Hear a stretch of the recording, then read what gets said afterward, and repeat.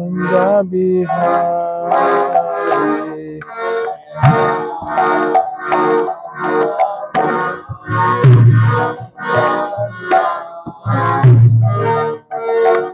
Jai Radha Madhava Kunja Bihari.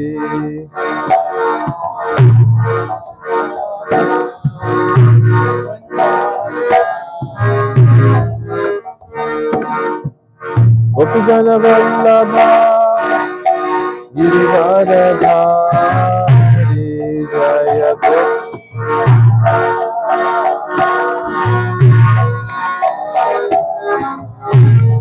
Jaya Gopijana Vallabha Giridharadhari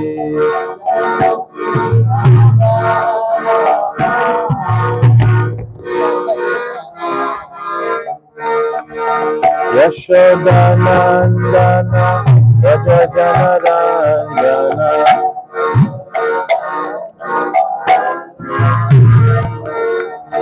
Yashodanandana Rajajanarandana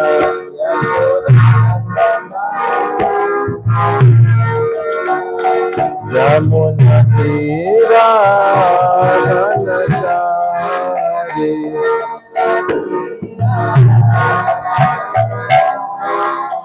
Yamuna Tira Dhanachari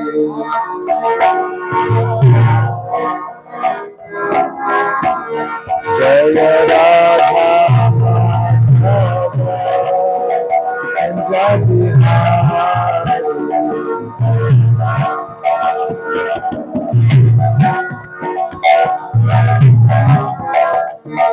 Radha Madhava Kunja Bihari.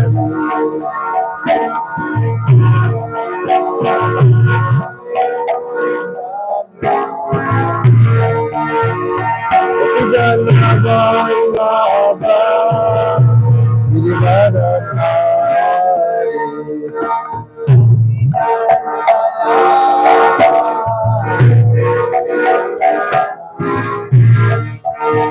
Gopijana Vallabha Giridharadhari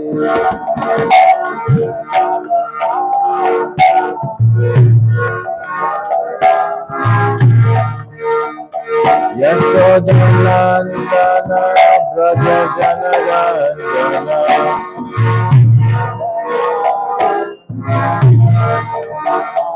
Yashodanandana Brajajanarandana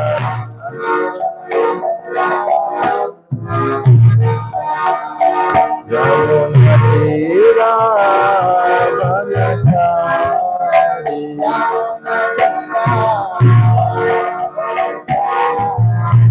Yamuna Tira Dhanachari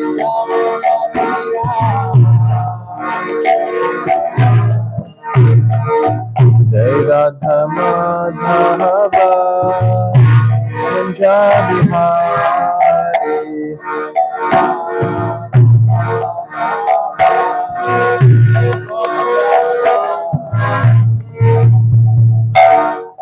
Jai Vishnupad Paramahamsa Parivirajikchai Ashatara Sata Shri Srimad His Divine Grace A.C. Bhakti Vedanta Swami Shri Prabhupada Ki Jai. Jai Vishnupad Paramahamsa Parivirajikchai Ashatara Sata Shri Srimad Bhakti Siddhanta Saraswati Goswami Maharaj Prabhupada Ki Jai. Ananta Koti Vaishnavinda Ki Jai. Namachar Shri Haridas Thakur Ki Jai. ISKCON founder Chai Shri Prabhupada Ki Jai. प्रेम से कहो श्री कृष्ण चैतन्य प्रभु नित्यानंद श्री अद्वैत गदाधर श्रीवासदि गौर भक्तवृंद की जय। श्री श्री राधे कृष्ण गोपी गोपीनाथ श्याम कुंड राधा कुंड की जय। वृंदावन धाम मथुरा धाम की जय। नवद्वीप धाम जगन्नाथपुरी धाम की जय। गंगा माई यमुना माई की जय। तुलसी देवी भक्ति देवी की जय। सांख्यतांग यज्ञ की जय। बृहद बिरंगी की जय। Samaveta Bhaktivinoda ki jai. Jai Nitai Gaur Nandi. O glorious to assembled devotees. O glorious to assembled devotees. O glorious assembled devotees. O glorious Sri Shri Guru Ganga, O glorious Sri Prabhupada. Shri Krishna Prasthaya Bhutaya Shri Mati Shri Om Namo Bhagavate Vasudevaya. Om Namo Bhagavate Vasudevaya. Om Namo Bhagavate Vasudevaya.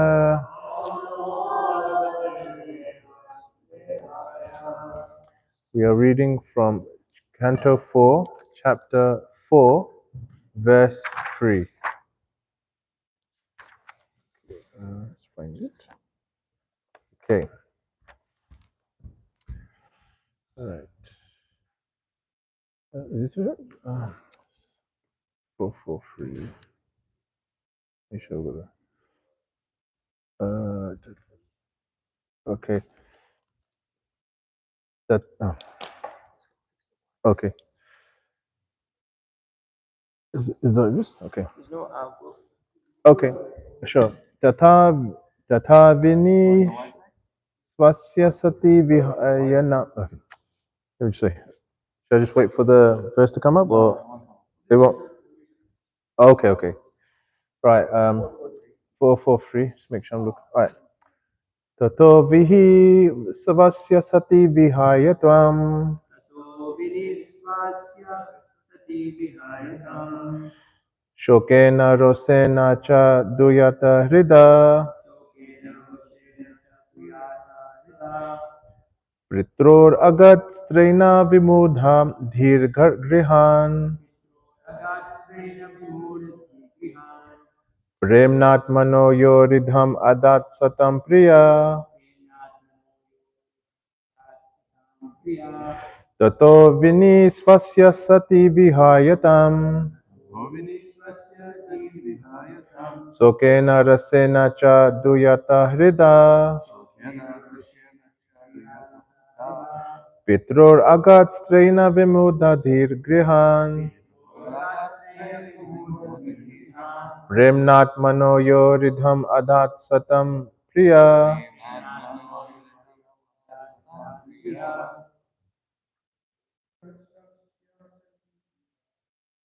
Tato vinisvasya sati vihayatam.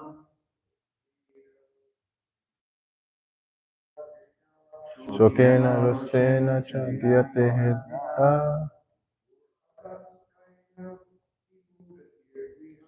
Pitroragat strena vimudata dhritam.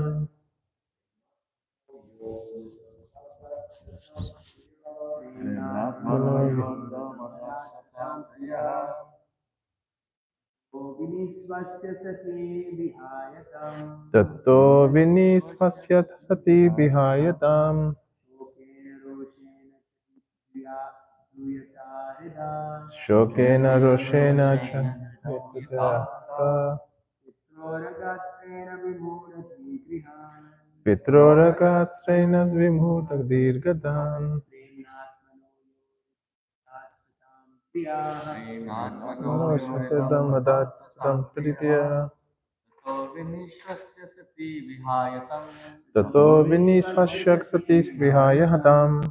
Shokena roshena cha duyata hida. Shokena rosena cha diyate. Pitroragatsvena vimurati grihan. Pitror suddhata sena vimudate. Atmano yoritam Krishna matasatamsyaha.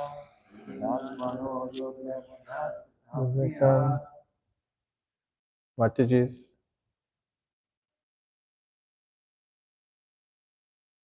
Tato Vihayatam.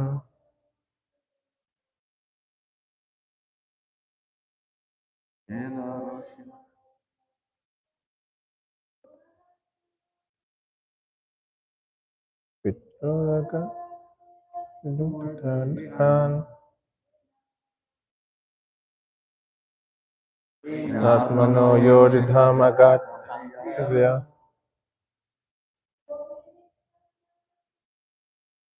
Tato vinisvasya sati vihayatam. Shokena roshena cha duyate hrita.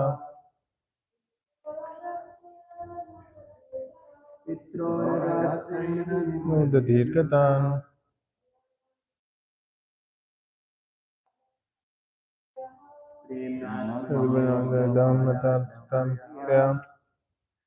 Tata, then, Vini Swasya, breathing very heavily. Sati, Sati. Vihaya, leaving. Tam, him, Lord Shiva. Shokena, by bereavement. Rosena, by anger. Cha, and. Duyata, afflicted. Rida, with the heart.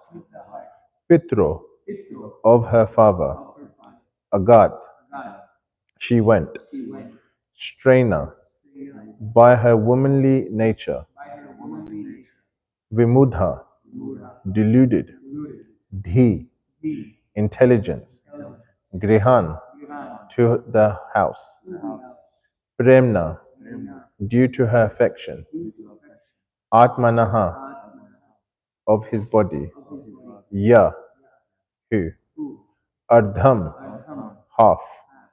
Adat, gave.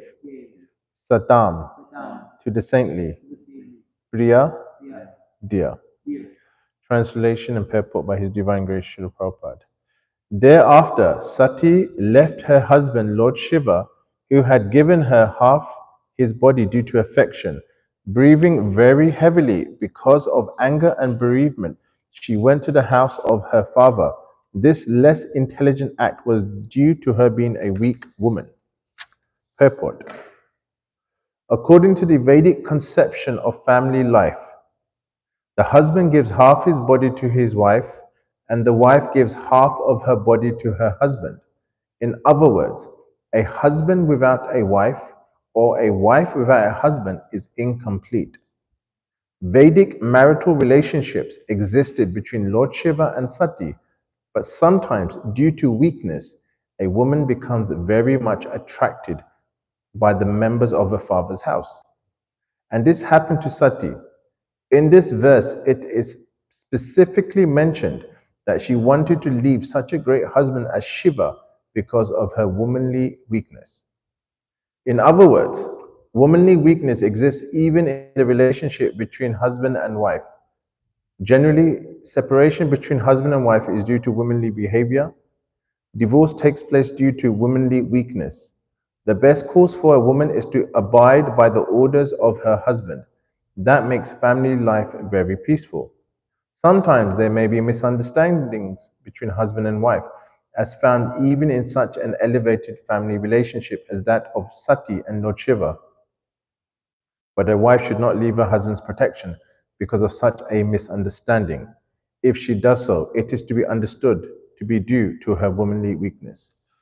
Om Gyantimarandasya Gyananjana Shlakaya Chaksur Unmilitam Yena Tasmai Shri Gurave Namaha. Jai Shri Krishna Chaitanya Prabhu Nityananda Shri Advaita Gadada Shiva Sari Gaura Bhaktavinda. Hare Krishna Krishna Krishna Hare Hare, Hare Rama Rama Rama Hare Hare. So Hare Krishna. So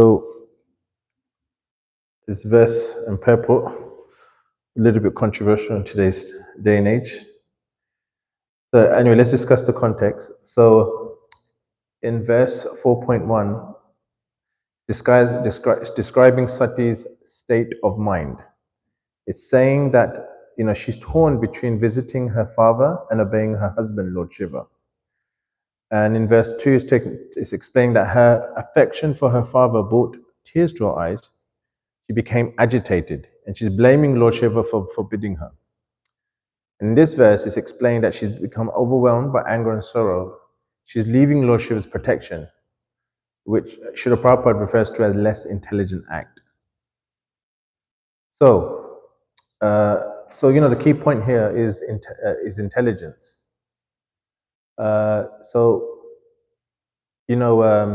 There's two types of intelligence. There's intelligence from the mind, manas, and there's intelligence from buddhi. So manas, the mind, deals with thinking, feeling, willing. accepting and rejecting. So when we talk about IQ, when you say someone's really intelligent, they went to a good university, they're very good at memorizing, that is to do with the mind, right? And but true intelligence, according to scripture, is intelligence from buddhi. Buddhi means the basic definition is discernment of spirit from matter, i.e., knowing what your duty is and applying Krishna consciousness to situations. That is greater intelligence. Otherwise, you can know, you can know your times table up to 50, but what's the point if you don't know what your duty is in a certain situation? So this idea that Prabhupada says is due to her womanly nature that she's weak. I think we need to study. We need to understand this on a deeper level, because everyone here, I mean, now this is Lord Shiva and Sati.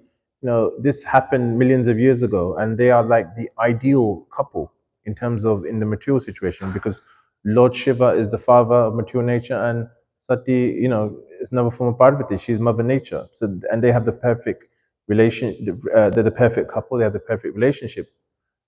And they were perfectly trained, especially Sati was. She's the daughter of Daksha, who's a Prajapati. But still, she became attached to her family. And this is instructive. This is not just happens to women, it also happens to men as well, especially in this day and age. So, the principle is that she was placing she was placing pleasure over principle, which is to go and spend time with her father. She knows that she has to be listen to her husband. She's torn between it, but still, due to her affection for her father, she's going towards. She's leaving the association and protection of her husband to go to her father, and she knows this is the wrong thing. Now, protection doesn't when we talk about protection, it can come across very restrictive. If someone read this who's not familiar with Vedic culture, Prabhupada's teachings, they'll think this is very, chauvinistic. Why does a woman need protection? But everyone needs protection. A child needs protection. Even when you're a disciple, you need protection, because it's about submission to authority. So, like when you're a child, you are submissive to your parents. When you're a disciple, you're submissive to your guru, and he will say to you, "Don't do this, don't do that." Why? It's for your protection. It's for your spiritual upliftment. So, like, I remember when I was young, I was about 10, and I wanted to stay at my friend's house, and all my other friends were staying. And this is in the 90s, like early 90s. And my father said, no, you can't stay. And I got really upset. I said, what my friends are doing, why can't I do it? But at the time, I couldn't appreciate what my father was saying. But then later on, I understood he was right, because those people, I ended up drifting away from them. They went on their own path, which wasn't very uh, good. And I went on my path. So I understood, because when you're in that situation, you don't know, you don't really have developed buddhi. So now I understand. I understood now after so many years why my father was right. There were so many other things as well. So it's like that. It's like sometimes I'll tell my younger siblings, don't do this, don't do this, don't do that, and they're placing pleasure before duty, because everything we do is influenced by pain and pleasure. So we seek pleasure in everything we do. So so when we think about strength, like when Prabhupada says weakness, we're saying it's intelligent, but like if you're strong in something, that means the counterpart to that is you're weak in something else. So we in Shastra it's described that women are very strong when it comes to nurturing roles, to developing, looking after children, training children. It's also explained that in Mahabharata that Draupadi was actually she actually had the keys to the kingdom. She had the keys to the treasury. It's not that she was just a housewife. She actually used to run everything. All the prime ministers, the different leaders would speak to her, whereas her husband was out looking, protecting society. So it's not that they had a very restrictive role. So they were actually very highly intelligent, highly cultured, and highly sophisticated. So it's not like we have this very modern understanding that they were just sitting in the home making, food, cleaning. It's not like that. Though that's also part of it. But also men were also doing that as well.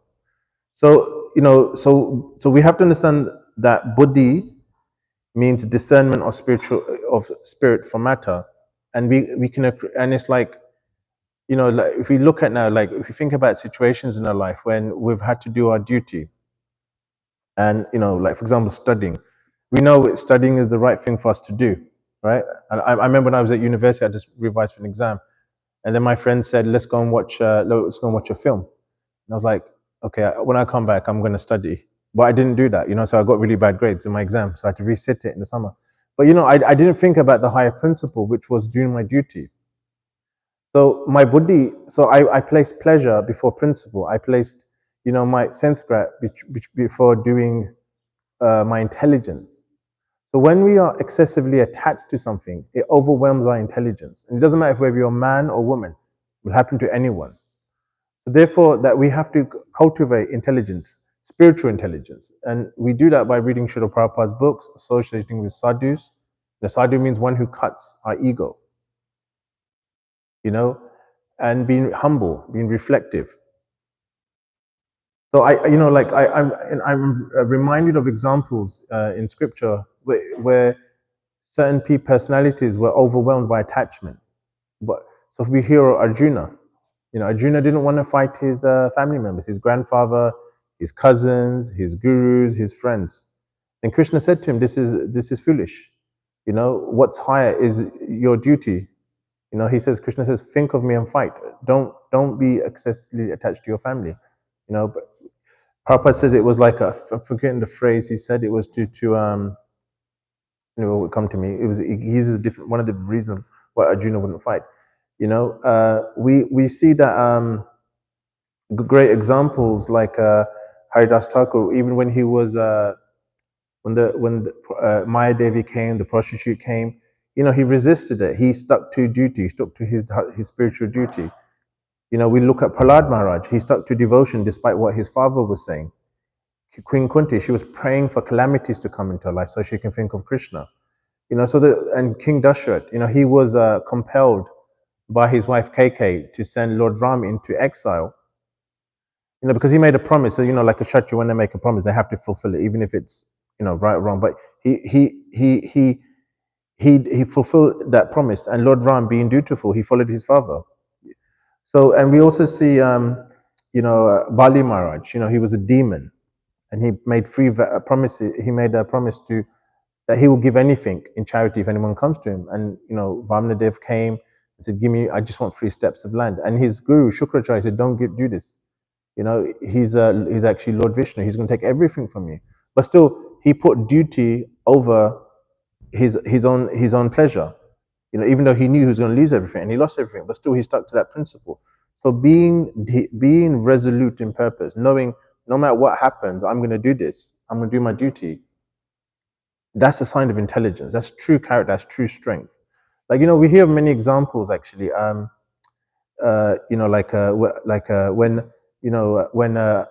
a family breaks and the father walks away due to whatever reason, and you always hear of these women who look after their children. They work 2 or 3 jobs, put their kids through education, and the children become successful. I mean, imagine doing that as a single mother. That's true strength. That's true strength. Doing your duty despite what your circumstances are. And to do that, you need intelligence. You can't be. It's not just a manas intelligence. Doing like we hear. Prabhupada. Prabhupada came to the West. He undertook so much austerity, but he wanted to fulfill the order of his spiritual master. He wasn't thinking, well, he could have stayed in Vrindavan, and he would have gone back. He was comfortable. He had everything he needed there. But he thought of the higher principle. He thought of doing his duty, what his spiritual master instructed him many years ago, which is to basically come to the West and spread Krishna consciousness. And as a result, we are all here. So, so protection is it's not like this restrictive, this dehumanizing thing. It's important because, especially of women, children, and brahmanas, because it says in Bhagavad Gita, Arjuna says to Krishna, it says, if you don't protect, if women are not protected, these kings die. Who is going to protect the women? People are going to violate them, and there'll be unwanted progeny. And we see this for what's going on in the world. There's due to this happening. If you want to destroy a society, you violate the women, and they have unwanted progeny, and it destroys society. We see that. I was watching something from one Christian analytical philosopher, and he was quoting someone. I can't remember exact, but he said if you want to destroy a society, is that you you uh, you increase promiscuity. You allow people to have illicit sex, left, right, and center. You don't protect women, and then you just watch what will happen. It's a pretty controversial thing to say because society is all about freedom to do whatever you want, freedom of speech, freedom of this, freedom of that. But if there's no guidelines, if there's no rules, if there's no restriction, and it leads to chaos in society. Think about it, like everything we know. If you want to do something good, if you want to go to the gym and build your body, if you want to become healthy, if you want to become successful in your studies, anything you can think of requires rules. It requires restriction, controlling your senses. Otherwise, how are you going to be productive? How are you going to become successful? So therefore, you have to come under the shelter of the rules because it will protect you. So so here Srila Prabhupada, he's saying this, but we have to see it in context. We have to see it from a higher perspective. If we see it from a limited perspective, then we're going to see it in a very chauvinistic way. And like protection can also happens on three levels. We know it happens on the physical level, it happens on the mental level, and it happens on the spiritual level. You know, so spirit, it's not just his forbidding her. Now it's interesting. Even though Lord Shiva said to his wife Sati, "I don't want you to go," he didn't force her to stay there. He respected her free will. He didn't interfere with her free will. So so protection means you don't interfere with someone's free will. Like this is what the idealist situation is. This is what I think you should do. But ultimately, it's up to you. If you do it, you're going to suffer from it. And he knew what was going to happen, and that shows his transcendental nature. That he knew if his wife goes there, she's going to be insulted because Daksha is going to insult her husband. And what happens? Sati, I forgot the word she did. I think it's immolated herself, right? That's where the Sati practice comes from. So therefore, so this these so therefore so therefore respecting, it doesn't matter if you're a man or woman, whatever, you have to respect, you have to submit to authority, you have to respect what they're saying, you have to come under their protect, you have to follow the rules, and you have to give you have to give you have to use duty as your guiding line. So your duty, so we make vows to follow the spiritual master. He tells us that we make vows to chant 16 rounds every day, to follow the four regulated principles, to not commit offenses to the holy name. So, but the thing is, we have to give that. That has to be the most important thing over what we want to do. Like sometimes, like when we had a long day, like like sometimes I know people who've started chanting their rounds at 10 o'clock at night because they've had such a long day. Like because they've been busy. But the thing is, they still get their rounds done. Prabhupada said, if you haven't got your rounds done, you need to get it done before you go to sleep. Better to sacrifice sleep than not chant your rounds. So we have to do it at all costs. If we don't follow duty, then Krishna says, that verse in Gita that if you don't set examples for the common men to follow, then there's going to be no role models, and there's going to be no inspiration for people to be dharmic, to be um, for society to uplift themselves. I was going to say something else, but I don't know if that would be appropriate. But anyway, so Sati's example should not be seen as like something that's just for women. It's actually for men as well. We should always place principle, which is Krishna conscious principles over pleasure. We should always cultivate spiritual intelligence, and as we practice spirituality, our intelligence will become more and more real intelligence from buddhi. So I will stop here. Does anyone have any questions and comments? No. Haribol Prabhu. Hare Krishna.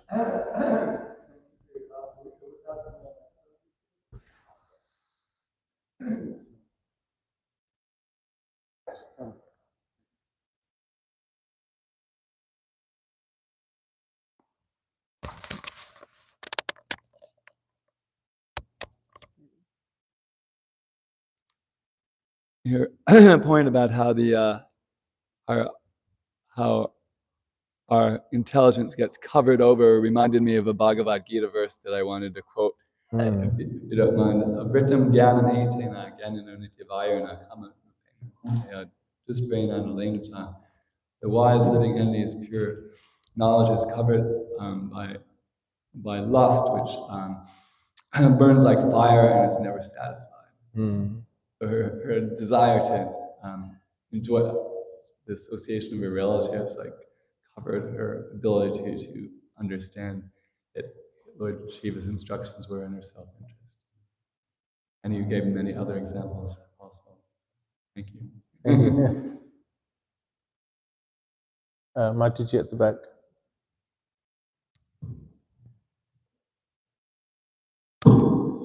Thank you for the nice class. Oh, thank you. So you said something about that we have to put our spiritual progress, basically use in front of our pleasure.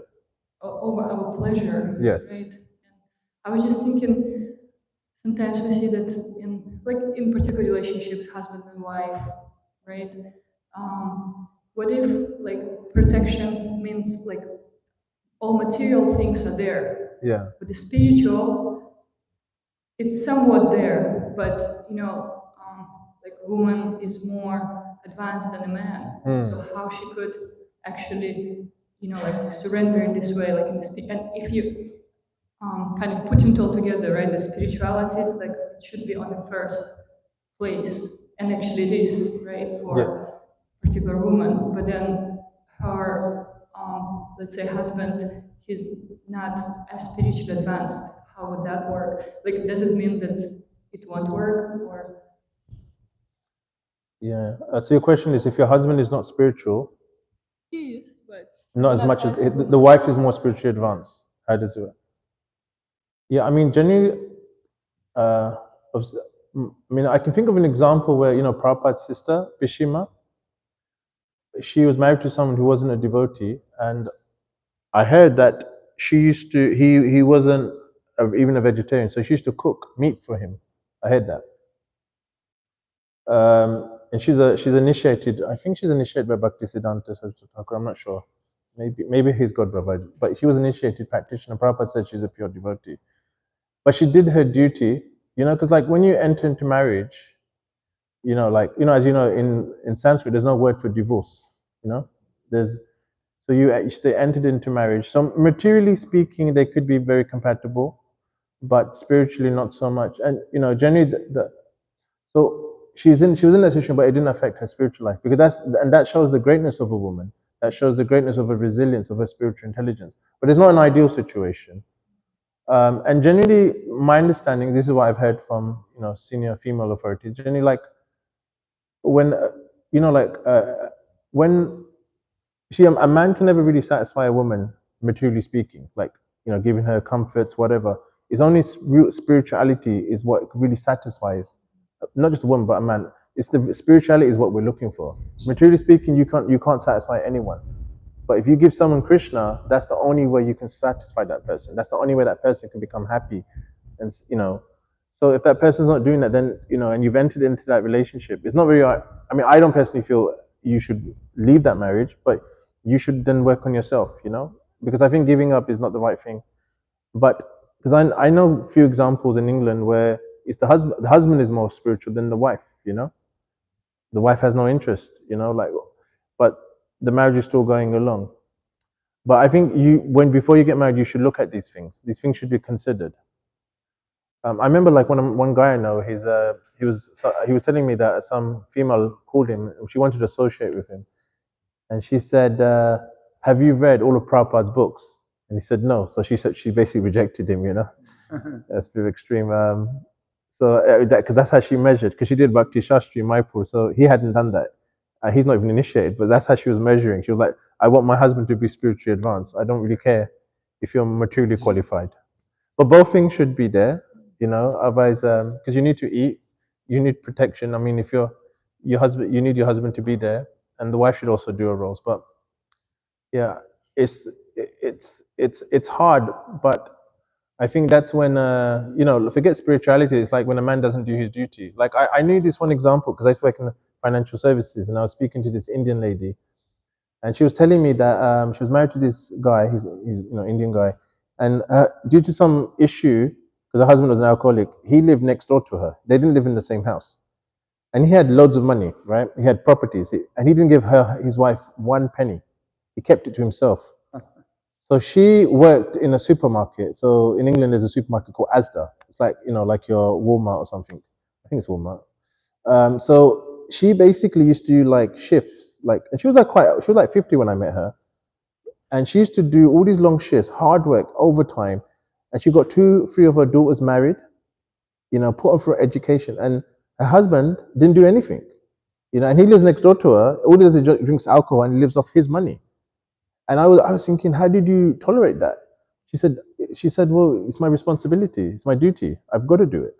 You know, and she wasn't thinking in terms of Krishna consciousness. She was thinking in terms of her duty towards her children. And I was just so in awe of that. I was thinking that takes great character. That takes true buddhi. You know what knowing what a duty is. But anyway, that's an example. That's one example. But I think it's hard. Really depends on the character of the person, you know. I think just follow-up question: where's the line between like how much should someone tolerate in the relationships, or it just not gonna work? Well, I think it's an individual thing for everyone, but I think if it depends what your purpose is. If your purpose is the thing is you another thing is you well, you know when you get married, right? Before we go to that, when you get married, you don't get married for a spiritual reason. You get married for a material reason. You know, you get married because you want companionship, you want children. You don't get married because you want to be more spiritual. Because if you want to be more spiritual, you stay single. You be a brahmachari or brahmacharini. Um, but if you, I think the it depends on people. I think the line should be that you know if your personal boundaries are being crossed, i.e., this person is not letting you practice, and this person is just destroying your spiritual life, because the spirituality is the most important thing. Then, then you know if that's your boundary, then yeah. But if you're strong enough to tolerate, then you should, and it's not affecting you materially, then you should stay. I don't think divorce should happen in any circumstance because it leads to problems in society. So that's my personal philosophy. But it depends on your personal boundary. It's an individual thing. So would anyone like to add to her question? Prabhu? I would say, of course, if one's a disciple of a guru, it's important that they follow the guru's order first. So if serving the husband causes you to disobey the guru, then that's a problem. Yeah. And so that's important. You know, like if your husband wants you to do things that are forbidden by your guru, then I don't think that can work. But if you're more advanced and his association doesn't pull you down from where you are, then you can just tolerate it and go on and be an exemplary, follower of your husband and an exemplary follower. Yeah. Would anyone like to ask a question? Yes, Prabhu. Hare Krishna, thank you for the class. And it's especially this topic that Brother Devyangi brought up. It's something that I'm thinking a lot about recently. I wanted to get your thoughts on this. So we see in this pastime that it's interesting how Lord Shiva is in a position of authority over his wife, and he doesn't force his judgment on her. He says, you can do as you like. This is the consequence. And then so Lord Shiva says like that, and Sati is kind of going back and forth, going like a pendulum. She can't really decide what to do. But then ultimately she makes up her mind. Lord Shiva understands that she's going to do what she's going to do. And also we see Krishna acts this way with Arjuna. This is my opinion. Now do as you like. So what I'm thinking about in general is authority, because we have to accept authority in life. You said that authority is a part of life. We can't advance our life without authorities. In any sphere, whether you want to be an artist or whether you want to be a spiritualist, transcendentalist, you have to have authorities. But is authority is it more of a dialogue, Or is authority more of a blind surrender, or is it where is it in between those two things? Because I just will quantify that a little bit more. Because sometimes authorities, often we see that they'll say something like, "Okay, I'm your authority. You have to listen to what I say. Just do it. Don't ask questions." And if someone asks questions, they say, "Don't ask questions. Just do it." And sometimes that's important because sometimes, we can't always see the whole perspective. We need an authority to just tell us what to do. But other times, authority is like a dialogue because the authority, authorities aren't infallible. Yeah. Many times people surrender to gurus who are bogus. People surrender to gurus who fall down. Yeah. Authorities are infallible. And so authority who's really truly qualified as an authority has a humiliated dialogue and will always explain himself to the person that it's a dialogue. Ultimately, you are independent jiva. Do as you like. I'm here to try to guide you. So if that question has been kind of articulated nicely, where do you think is what is the standard between those two lines of authority as a dialogue and authority as a Like more autocratic understanding? well, forget even guru, like even with children, right? So children always ask you questions, right? Because they're curious. So it's the duty of the parent to answer those questions. So like sometimes sometimes when parents are teaching their children, they're not really teaching them. They're just speaking to them, but they're not really explaining them why we do something. Explaining you should do this, but not why. So it's any authority, because when you place your faith in authority, it's based on prior experience of this person. I trust him because he's proved himself. His answers have satisfied me. His character is good. Then you surrender, right? Because you also have to do that. You also have to check him out or check out your authority, because you also have a responsibility. So when you do that and you've built faith, there may be a time where he may say something to you and he may not explain to you, right? But then you have to, and you think, well, you haven't explained to me why. You could ask, but then you could also say, well, in prior examples, he did explain to me, and I followed him, and I got a good, and it was beneficial for me, right? So therefore, I should follow him. I shouldn't have to question him. Sometimes I don't need to question him because he knows better than me, right? So it depends on prior experience. If this person has never explained to you what to do, why you should do it, and he's not doing it, then that's a different matter. That's blindly following the person. But if your guru says to you after 10 or 20 times of him explaining why you do something, he says just do it, right? Then you can't say, well, that's blindly following, because he in the past he's giving you that knowledge, he's giving the information, and at the same he may be thinking, well, you should also use your initiative to understand the principle behind this, why you should do something. Like if I said to my, like when I was a kid, like when I was 16, I asked my dad, should I go to a certain place? And my dad said no, right? And if he says no, I'm not going to question it, because I know my past experience with my father has always been good. He's always explained things to me. He's always been right. So there's certain circumstances I don't need to ask him, question him further. So it depends. But generally, the principle, we should always explain to someone what the principle is. If there's no knowledge, because if there's no training, then that's a problem. Then we should walk away.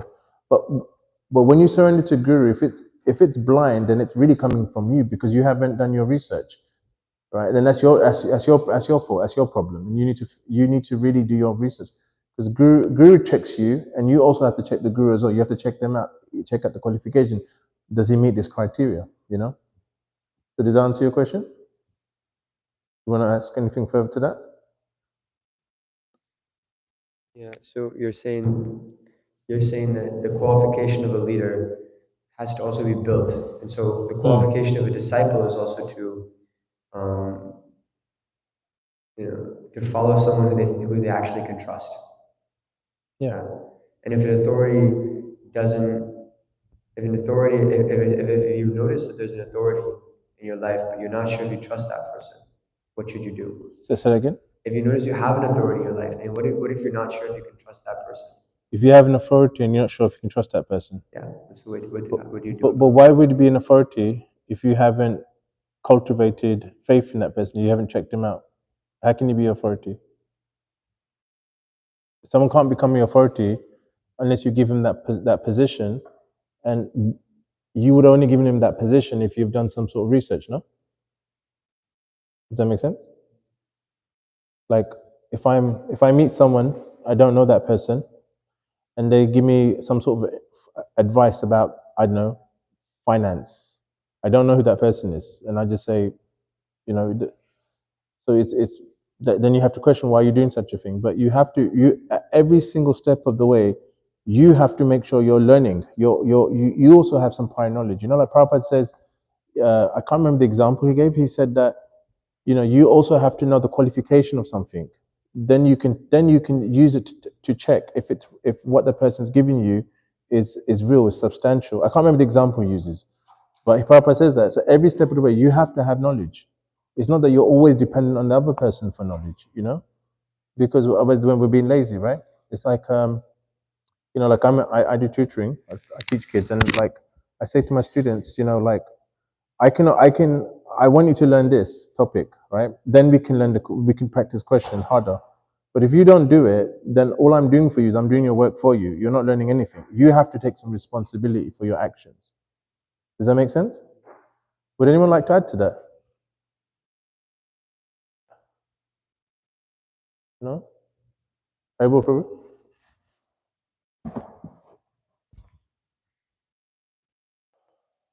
Hare Krishna, thank you for the class. Kind of along that question that Ryan Prabhu was posing about trusting authority, what can we say to especially women today who aren't devotees? Yeah. And maybe they are in a relationship where they can't trust this their husband, for example. So the Vedas say, you know, a chaste wife follows her husband's order, but in Kali Yuga today, it's oftentimes it's more than it seems.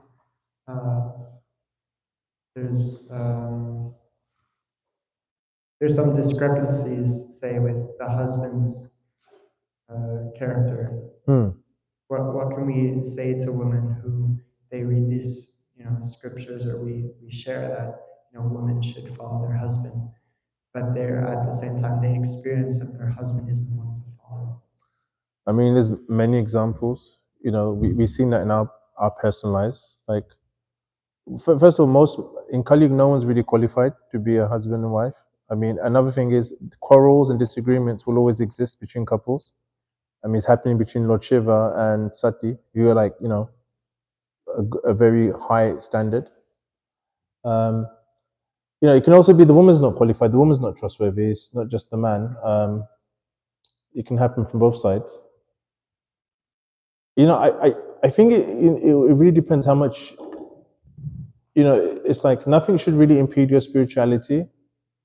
And, you know, like, you know, like if you study Grahastha, if you read the, you know, Prabhupada's teachings on this, and, you know, Dharma Shastras, they talk about that.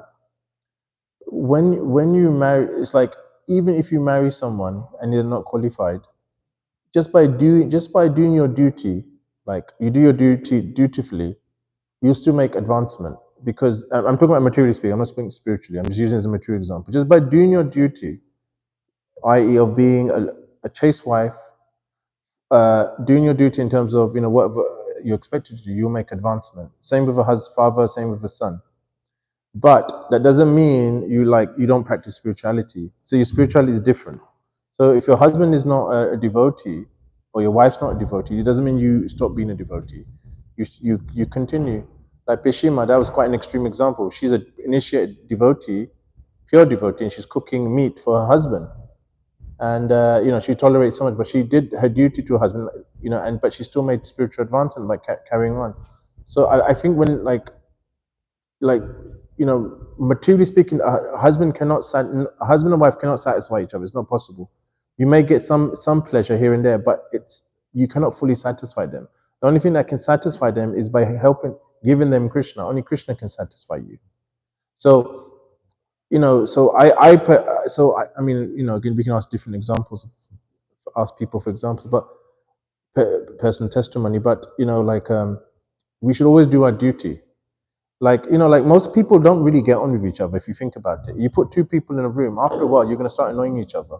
Whether it's your best friend, whether it's your siblings, whether it's your parents, whether it's husband and wife. So like we shouldn't think it's just husband and wife. There's a lot of people who don't really get on with each other. Most people like their own company.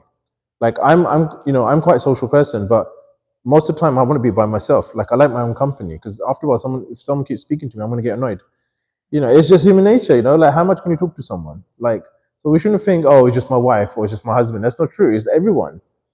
So like I remember when I joined the ashram, and I was friends with this person outside. But when we were in the ashram, I was like, this guy is so annoying. He's I can't believe I'm friends with this guy. And then when I left the ashram, and he left, and we're like friends now. We're like good buddies. And I'm like, what the hell happened? Because so therefore we need space. You need your personal space. So I personally, my understanding has always been that you do your duty, your material duty. You should do it to the best of your ability, but you also cultivate your spirituality. Now, if your partner is really stopping you, then you have to really speak to your family, your well-wishers, your friends, and take the next action. But I think that's quite an extreme example. I don't think many people, I don't know anyone like that. I know many examples in England where the husband was totally unfavorable to the wife being a devotee, but he never, but materially speaking, they were fine, but spiritually he just didn't like what she was doing. But gradually, by her practices, by her behavior, he became a devotee. So I think in all circumstances, you should always do your duty. So Krishna, it doesn't matter if you do your duty imperfectly, you just do your duty. And it's in that duty, following that duty, that you develop strong character. Krishna will give you intelligence to persevere and make advancement. So Prabhu, does that answer your question? Would anyone like to add to that? Hadai Pran Prabhu? Oh. No. Whoever.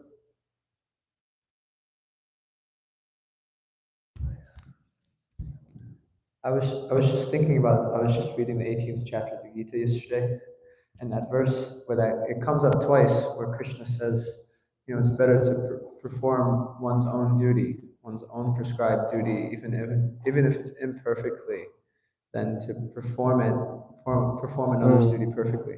And then Krishna says after that, the sentence after, he says, it's because that when you perform this duty, you're not contaminated by sinful reactions. And I thought that was so profound. Yeah. I guess it's just one of the things that happens when you keep reading the Gita, and those things just like pop out. Yeah. But I found that really stood out to me yesterday, and now I'm finding that it's relevant to this discussion. Maybe if you want to elaborate on that more, but you've been speaking about it. Yeah. So we read that Kshatriyas, if for them to die on the battlefield is a noble thing, right? Even if they come across a super difficult opponent, if they die, they'll go to the heavenly planets, because Krishna, because it says Bhagavad Yad Charti Shrestha Tat Tat Evataro Janaha, that whatever action a great man performs, common men follow. Because the thing is, if people don't do their duty, if there's no role models, people have got no one to follow, and what happens causes chaos, right? We hear of most of the problems in society is because the parents are split up. The children don't have a father figure, right? Because the father figure is the person who usually keeps the children in line. The mother gives the love, the nurturing, but the father brings the discipline. It can happen both ways as well. I'm not saying that, but when they're not there, it affects society. So Krishna wants you to do duty. So we also read about Lord Brahma. He got angry with the Kumaras. Why did he get angry with them? Because they didn't have children. But because they wanted to be brahmachari, they wanted to be Nashtik brahmacharis. But he wasn't getting angry because he wanted to be a grandfather. He had a service from Krishna to populate the universe. That was his dharma. That was his duty, right? But they didn't do it, so he got angry. He got upset, and they didn't. So they obviously had their own dharma, but for Brahma, it was like he's been given an order by Krishna to do this duty. This is what Krishna wants you to do. So therefore, it's a duty. It may not look spiritually. It may not look spiritual like, but it's coming from Krishna. Like forget even spirituality. It's like, you know, how many of us, you know, when we go out in the professional world, do we see our work as bhakti? Like let's imagine you work as a chef in a vegetarian restaurant. Hopefully, how many of us see that as as a service to Krishna? Because Krishna tells you how to spiritualize it in the Bhagavad Gita, but we actually do that?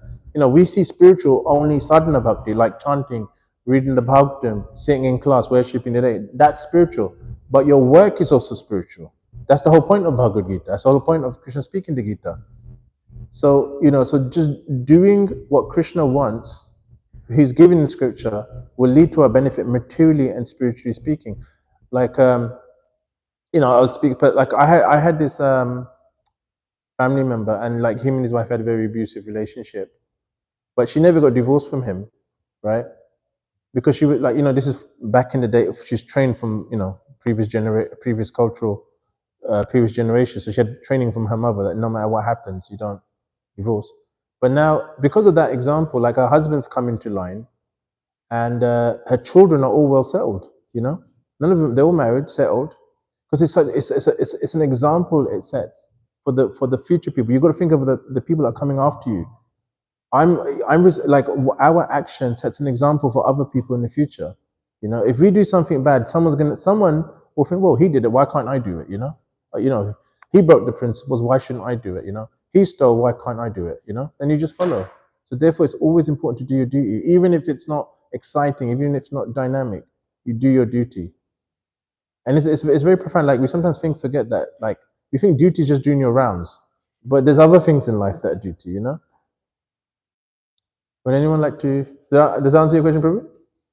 Thank you. That was wonderful. Prabhuji at the back. So, yeah.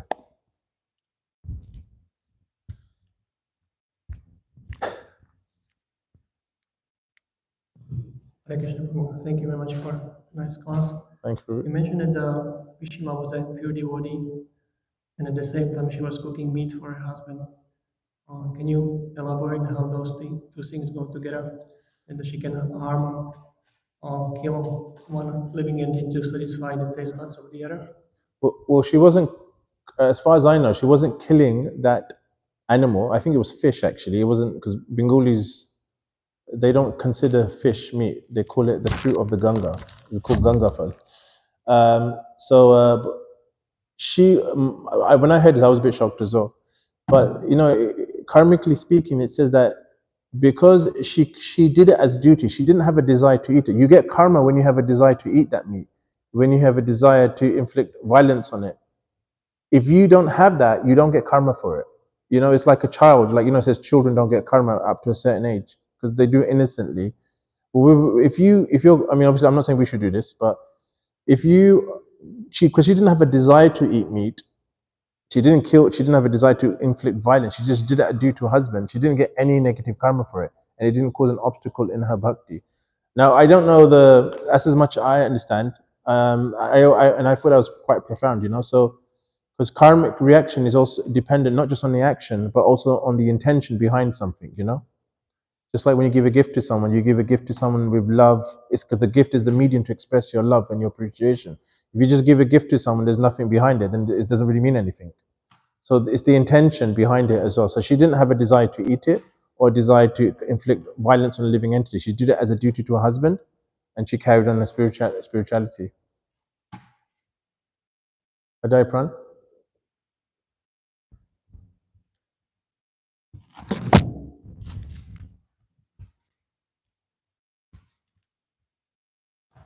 Thank you, Prabhu. Thank you so much for the class. Just a quick thing that I was just noticing that this kind of topic requires a lot of elaboration. Many people would prefer to speak about the leelas of Krishna, the aspects of Krishna, but when we start getting into kind of that's the spiritual, but when we see how the spiritual interacts with the material thing, our false egos kind of get rubbed the wrong way. We just kind of like, well, maybe I'm into like the 10th canto, but maybe not all this this stuff. What recommendations would you have for somebody who's new, who's kind of like hearing this stuff for the first time, and they may not be like, okay, I like the Krishna stuff, I like the chanting like this, but I'm finding it difficult to swallow kind of the how the spiritual interacts with matter, if that makes sense. Well, you mean they prefer rasa over tattva? Is that what you're trying to say? Almost in tattva, in application to our own lives. I mean, just think of it.